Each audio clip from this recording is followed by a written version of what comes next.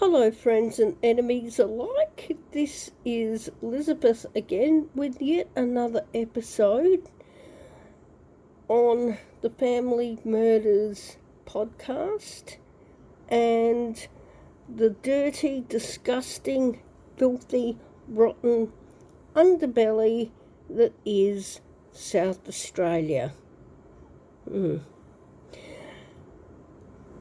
And the corruption that is within. Now, for this episode, I would like to talk about a monster. An absolutely horrid, disgusting, filthy human being. I wouldn't even call him a human being. I wouldn't even call him an animal. There's no words for people like this gentleman I'm about to talk about. But I would like to say that I understand that he has a family and that I understand that he made his own decisions and that does not at all reflect upon his son and daughter and other members of his family that may be innocent and getting on with their lives the best they can. The absolute arsehole I'm talking about today is none other than Mr. Gino Luigi Gambardella. Now, for those of you who don't know, Mr. Gambardella arrived in Sydney sometime after the Second World War with his family. He was raised and educated in Sydney, and at some stage he married a lady called Mary, who became Mary Gambardella, and they produced two children, Louisa and David Gambardella. And he at some point moves to Adelaide. Now, what you got to know about Mr. Gambardella is that he is bisexual and he preferred them young. Younger the better. And he integrated himself into the Adelaide gay scene in the 70s by hanging out at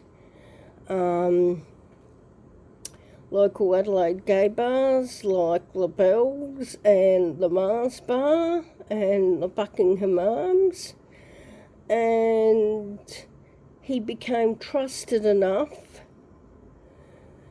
by the members of the family that they made him a member of the outer circle, which is basically a shit kicker, the procurer of children and other dirty deeds that the inner circle didn't want to know about and didn't want to have anything to do with. They would relegate it to people like him. So he was friends with Darko Castellan, Darko, Dario, George, whichever name Mr. Castellan goes by this week, because he's constantly changing his name so people don't find out who he is. Who was also a part of the family. He was friends with him. He was friends with Darren Stevenson, who was a lawyer that was murdered, but we'll get into that whole lot of wrong in another episode. And he was also friends with none other than Bevan Spencer von Einem. You see where this is going? Anyway, Mr. Gambardella's modus operandi was that he pretended that he was a chiropractor. He pretended that he was a medical professional, and he had rooms on Prospect Road that he hired out on the pretense of a surgery or a health centre. And he ran his business from these premises in the 70s until he left Australia in the 80s. He would regularly advertise his services in the papers, basically touting for clients. And he would also make advertisements in the paper for staff and apprentices. Younger the better. That was his motto, younger the better. He would also hang around at places like Social Security and CES, asking for those that were desperate for work if they would come to work for him. What you have to understand is at the time there was no such thing as Centrelink.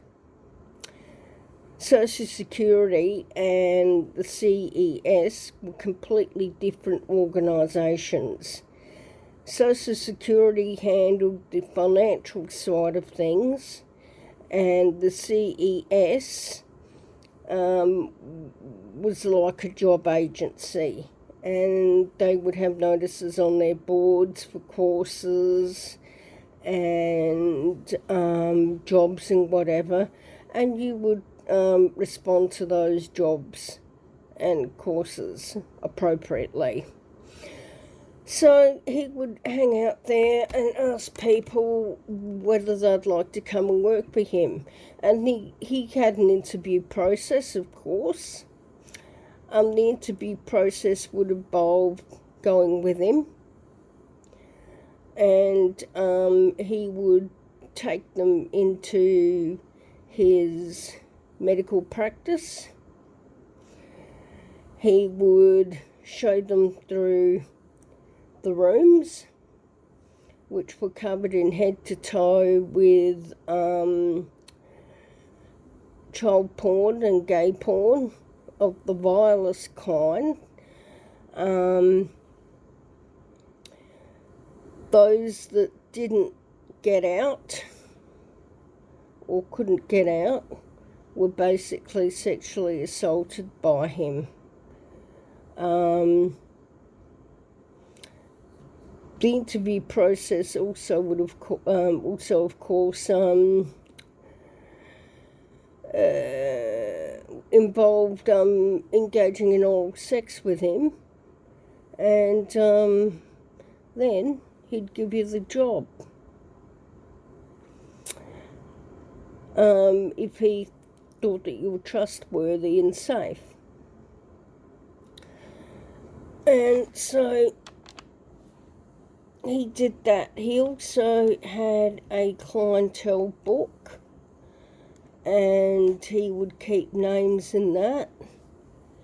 And it was basically a list of clients and boys and what they would do sexually.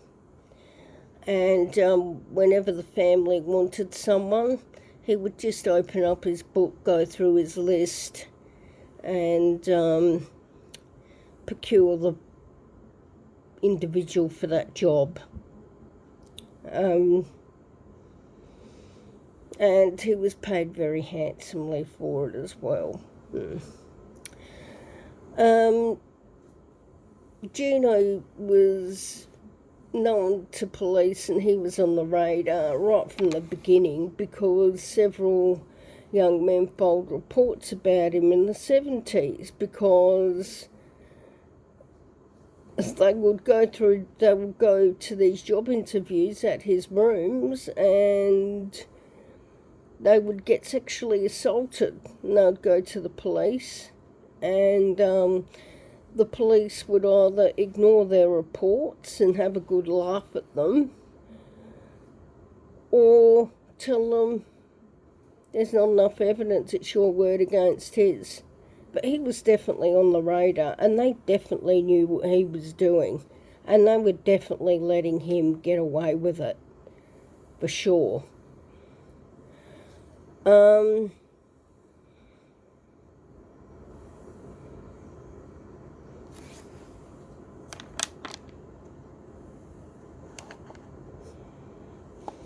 Also, there was a police report that he lured a young man into his car, took him to Derrance Stevenson's house, showed him a porno video, and then decided it was appropriate to sexually assault him.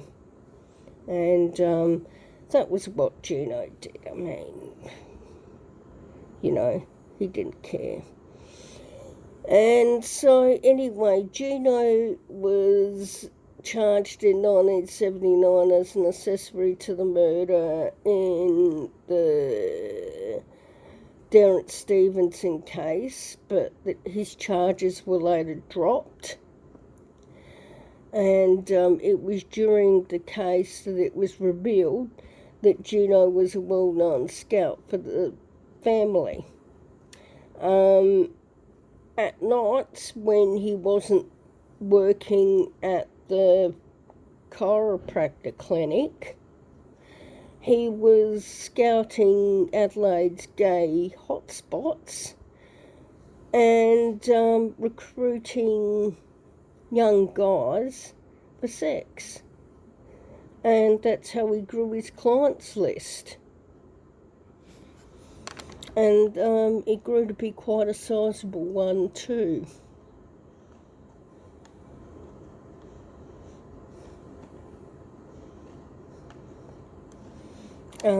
During this time, he was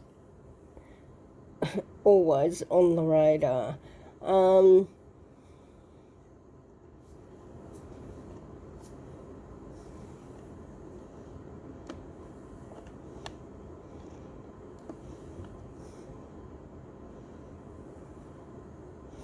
But after Derrance Stevenson was killed and they put charges on him, I don't know how he done it, but he got 2 false Italian passports and also passports without his wife's knowledge or consent for his children. I don't know if he had custody of them or not. And he basically fled with them to Italy. And there was absolutely nothing SAPOL could do about it. And they desperately wanted him back.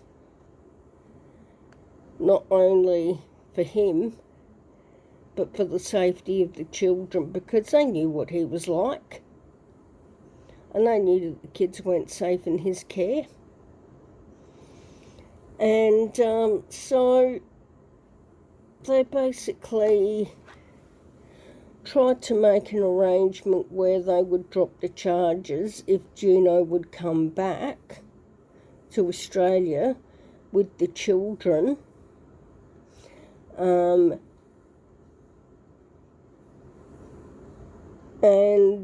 But unbeknown to Gino, they were going to place the charges back on him again, plus some.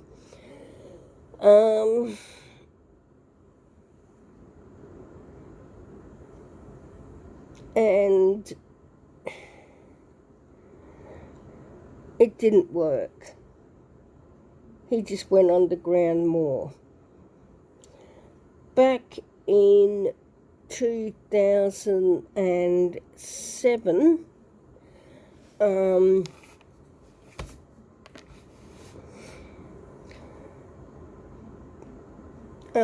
a diary was found from a gentleman called Trevor Peters, who, I wouldn't say he was in the inner circle or the outer circle. I would call him a...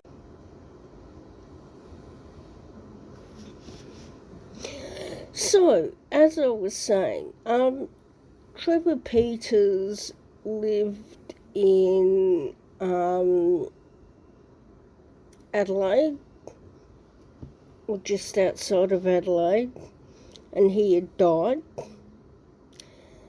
And his brother and family were clearing out his house, and they found these diaries. And they read them, and they gave them to the police. And these diaries implicate that not only was there a corrupt official in the Italian consulate that arranged everything for Gino Gambardella, but that Gino Gambardella was somehow involved in the murder of Darren Stevenson. But we'll get to the Trevor Peters diary shortly. So they looked for Gino Gambardella to question him more about some of the information in Trevor Peters' diaries, which implicate him in certain crimes. They sent a team overseas to go find him and interview him. Couldn't find him. They said they searched high and low and they couldn't find him. Which really makes me wonder, because they said they couldn't find him in 2007, and they went there.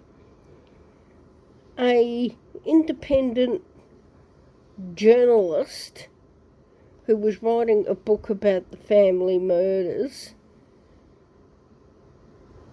went to Italy, went to where he came from, and within a matter of days was able to find a contact who was able to contact Gino. Gino was not at the time living in Italy, but she was able to find a contact. This woman has got no police experience or detective experience or anything, but she was able to get in touch with him. But SAPOL is saying that with all their resources at their fingertips that they couldn't. And she had less resources than they did. Go figure. They just didn't try hard enough. Anyway, so Gino knows that the game is up, people are looking for him, and he comes up with this poppycock story that these big mafia people were after him, and they were disguising themselves as priests, and they were going to do him, and they were going to kill his daughter and his son, and all of this. And apparently this was all confirmed by the Italian police. The only thing I can say is, what did he do to piss them off?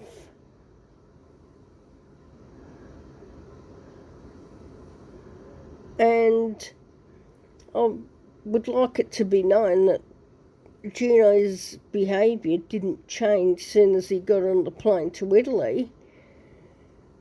He was still a dirty little pedophile. He would advertise for au pairs and nannies for his 2 children, and he would molest them. He would rape them. And that is what he would do. And there were complaints about it too. He was saying it was all consensual, but they're saying it wasn't. Anyway, so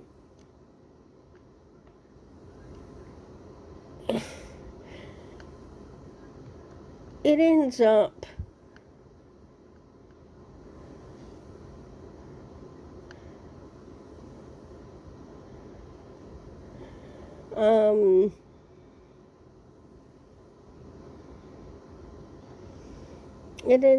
that finally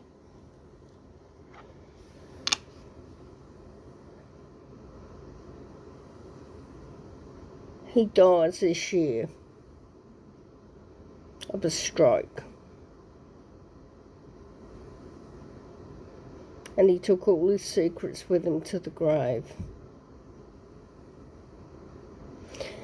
Now, I don't claim to be some sort of a big detective or a big policewoman or anything, but I think that, if maybe Sapol lifted half a finger, they might have been actually able to get him and question him about some of the crimes that were alleged that he had committed.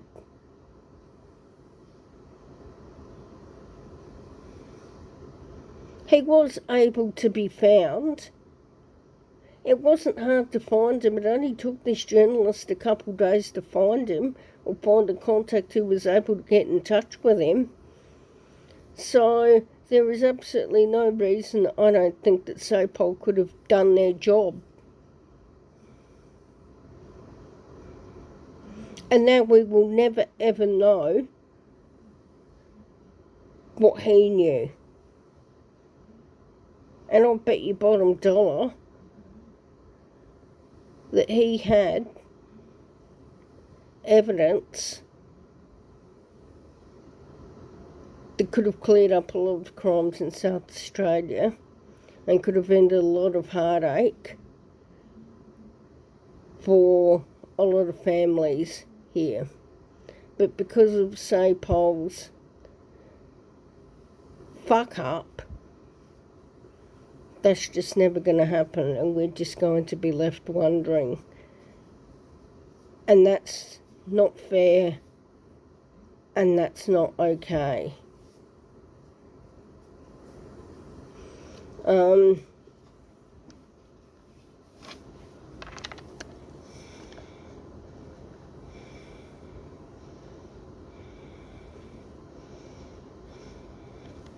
Yep. We'll see you on my next episode, which is going to be on the body in the freezer's murder. Okay, thank you. Bye.